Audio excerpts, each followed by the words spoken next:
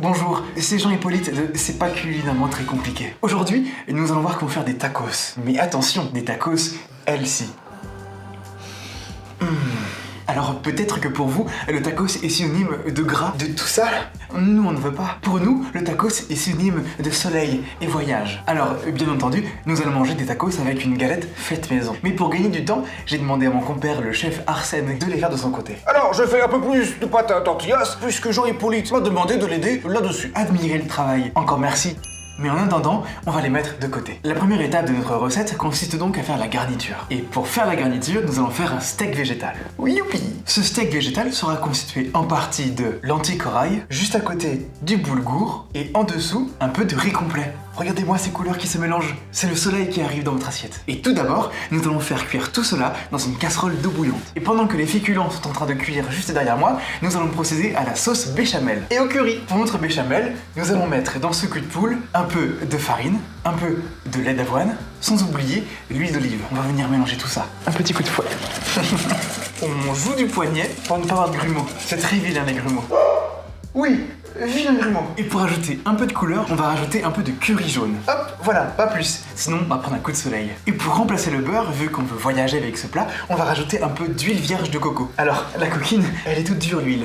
Et tac, on vient touiller. Et voilà, notre belle béchamel, toute jaune, toute rayonnante. À présent, nous allons pouvoir passer aux frites maison. Pour gagner du temps en vidéo, j'ai déjà épluché ma pomme de terre. Ce qui me permet de directement la couper, encore une fois en deux, hop, comme ceci. Oh mince, je me suis trompé.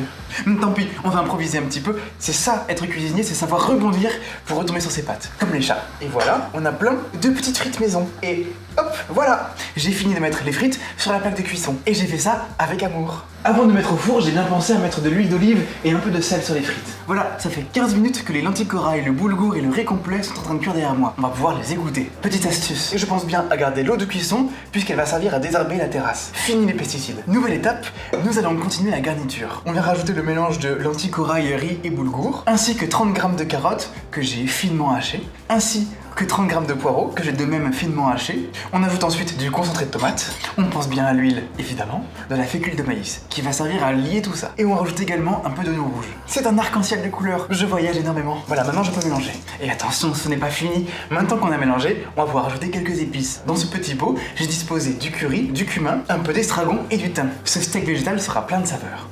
Maintenant, on va mettre la main à la pâte. L'étape suivante consiste à créer un steak. Je vais prendre une poignée de mixture et la mettre dans une petite assiette. Et je viens refermer le couvercle. Et j'appuie fort. Oh. Et on a un joli steak. Je peux maintenant le disposer sur la plaque de cuisson. Pendant que nos steaks sont en train de chauffer dans le four, on va réchauffer la béchamel. Pour cela, je vais me munir d'une casserole et je vais y verser toute la béchamel. Je mets ensuite la casserole à feu doux. Et je profite que la béchamel se réchauffe pour concasser quelques amandes et des noisettes. Et on concasse. C'est parfait, ça me convient. Maintenant, on va pouvoir remplir nos tacos. On y ajoute notre béchamel sur une première couche, comme ceci, avec tendresse et volupté. Ensuite, on vient y ajouter quelques morceaux de notre steak végétal. Ensuite, on ajoute quelques poivrons rouges. C'est un voyage pour la bouche, mais aussi pour les yeux. Je viens saupoudrer de quelques poussières d'amandes et de noisettes pour donner un peu de croquant à l'intérieur.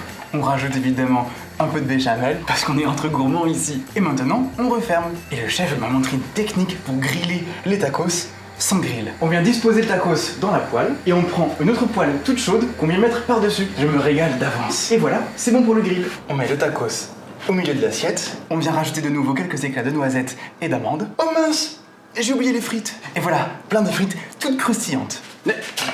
Oh là là, infernal celui-là. Alors mes petits coquins, pour la verdure, on va changer un petit peu cette fois. On va mettre un petit peu de spiruline. Je rajoute quelques feuilles de choucal. Et comme les frites vont être un petit peu trop croquantes, je vais rajouter un peu de béchamel qui reste sur le bord de l'assiette. Bah, tu sais que j'ai envie de croquer tout ça moi. Ça croustille. Et voilà, mon tacos revisité. On passe à la dégustation. Voilà l'intérieur du tacos. C'est plein de couleurs. Un voyage pour les yeux et pour la bouche. Et maintenant, vous pouvez laisser en commentaire l'idée d'une recette pour un dessert sur la vidéo de la semaine prochaine. C'était Jean-Hippolyte, bisous mes vies.